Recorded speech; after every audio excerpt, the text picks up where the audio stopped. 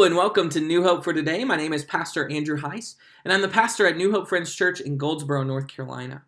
As we continue today in our series that we've entitled The Women of Advent, which is a look at the first two chapters of Luke's Gospel, specifically at three amazing ladies who were so important to the birth of Jesus.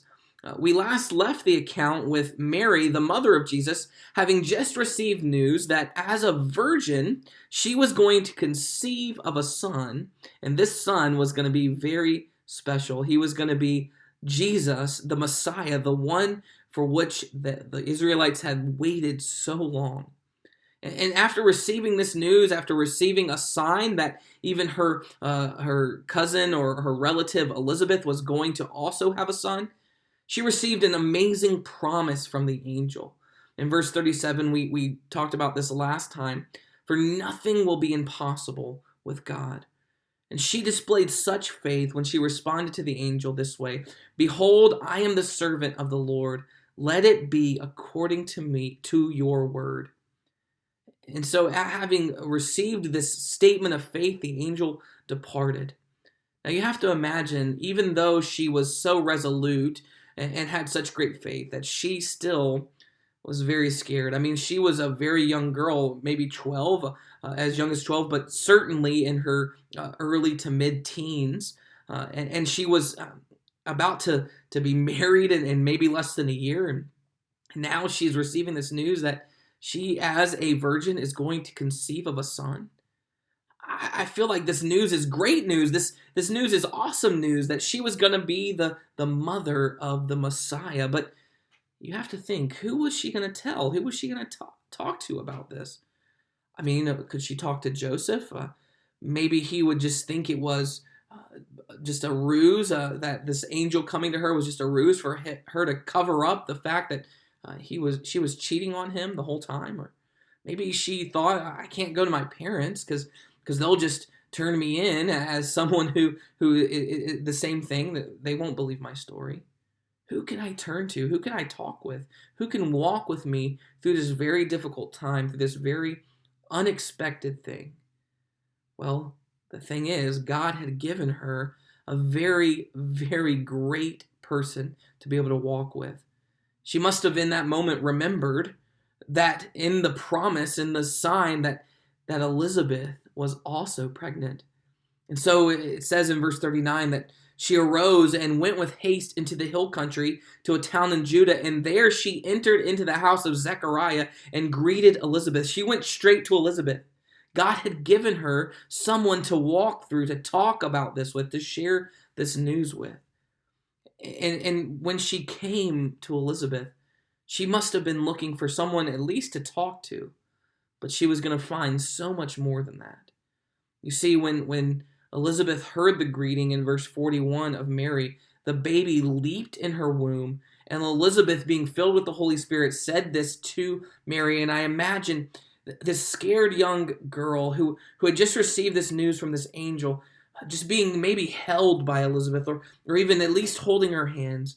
And she exclaimed out, and maybe even over her, this blessing. She said this: Blessed are you among women, and blessed is the fruit of your womb. Why is it granted to me that the mother of my Lord should come to me? For behold, when the sound of your greeting came to my ears, the baby in my womb leaped for joy. Blessed is she who believed that there would be fulfillment of what was spoken to her from the Lord. You see, not only did she receive assurance that from the sign that Elizabeth was indeed pregnant, she received assurance that she was also pregnant. Couldn't have been more than a couple weeks at this point. But she received that sign, assurance that everything that what she saw wasn't just some kind of dream or some kind of fantasy. She didn't just eat the wrong thing, but what was happening was true and right. She also received assurance that her faith was not misplaced. She received blessing. She received joy. She would have received so many things here with Elizabeth. And not only that, she was going to have a companion to be able to walk through those months of pregnancy together. You see, all of us may be going through something difficult, just as Mary was in this moment.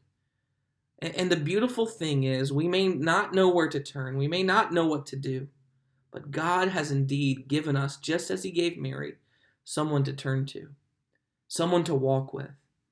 You see, when God created the church, He created a community that was able to love one another, to encourage one another, to bless one another. So, what does your community look like? Who are the people that you can turn to in times of hardship? Indeed, yes, we turn to God and we cast our cares on Him.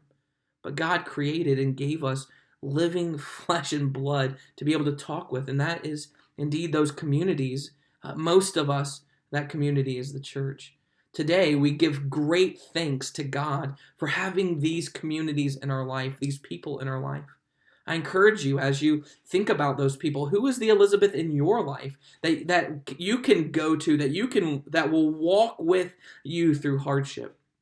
Indeed, you should thank God for that. And if you don't have someone like that, you should seek them out.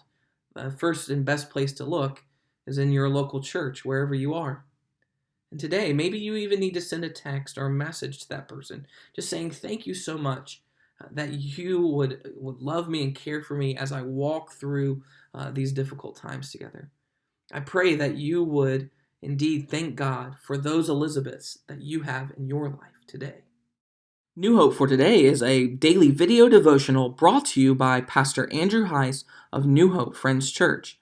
New Hope Friends Church is located at 4451 U.S. Highway 70 East in Goldsboro, North Carolina.